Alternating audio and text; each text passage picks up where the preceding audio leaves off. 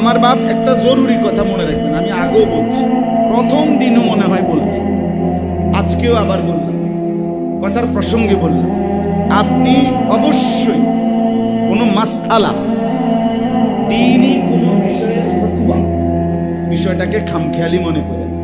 আপনাদের কাছে অনুরোধ করছি। জানা আমি মোবাইলে পাইছি, আমি ফেসবুকে পাইছি, আমি ইউটিউবে দেখছি, আমি অমুক অ্যাপসের মধ্যে দেখছি, আমি অমুক হুজুরের বক্তব্য শুনছি না। আসলে বক্তব্য শুনবেন ঠিক আছে, দ্বীনি নসিহত, কিন্তু ফায়সালার জন্য আপনি এটা করবেন কিনা না ছাড়বেন কিনা, এটা একটা ফতোয়া, যে কোনো বিষয়। এই ফতোয়ার জন্য মনে রাখতে হবে জীবিত সরাসরি মুত্তাকি আল্লাহওয়ালা আলেম হওয়া জরুরি।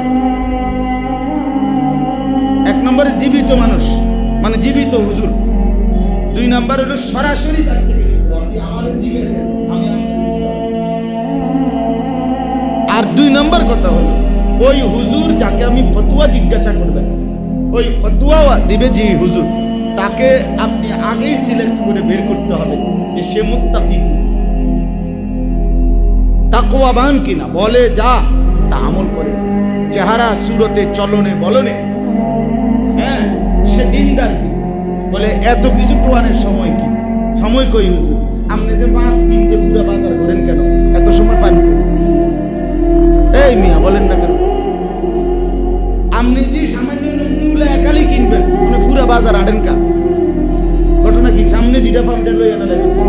এত সময় আপনার যে মূলা কিনতে টাইম আছে, আপনার ফাঙ্গাস 1 কেজি কিনবেন, এটা আবার এত কিছু কি চান, ফাঙ্গাস কিনে না লই এটারে যে আপনি পুরা বাজার চান, টিপ দিয়ে চান, কানে ছাড়ি দিয়ে আলগি দিয়ে চান, বেটারে 13 বার জিজ্ঞাসা করে, 1 নম্বর ফাঙ্গাস তো ফাঙ্গাসে বেটা 6 নম্বর আইব করতে গেলে, ফাঙ্গাস কি তেলাপিয়া হয়ে গেছে, কথা বলেন না, তেলাপিয়া কি আর ফাঙ্গাস কি, তো এটা আপনি কি চেক করেন? তা আপনি এ সময় যদি বলি আপনি কি কন্ট্যাক্ট করলেন, এটা জিনিস চাইয়ে নিতে না, এটা লইলে লইব, এটা বলবে কি না বলেন? এইখানে আইসা যদি এটা হয়, আখিরাতের বিষয়টা আপনার বিষয়,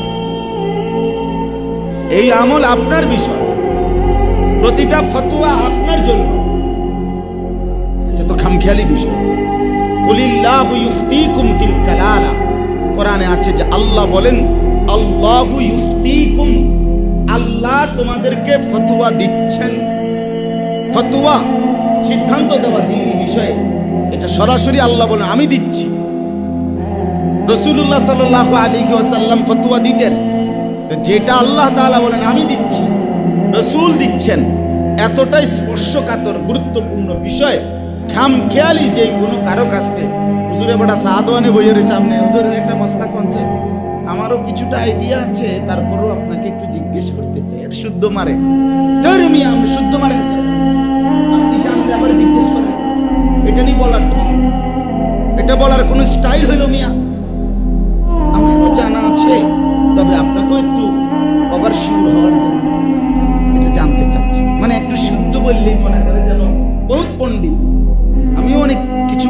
বইপত্র পড়াশোনা আমারও আছে, 3-4টা বই পড়লেন, বাংলা 4টা অনুবাদ করলেন আপনি, সুলেমানিয়া বুক হাউসের একটা বই পড়ে আপনি ইসলাম বুঝেন, তা আমরা এই 30 বছর ঘাস কাটলাম,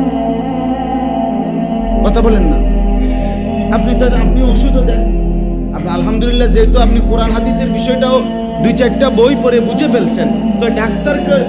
চিকিৎসা এটাও তো মাশাআল্লাহ আমরাও বুঝি, মাথা ব্যথা হইলে এটা নাফা খাইলে সারে, পেট ব্যথা হইলে পেটে অসুখ হইলে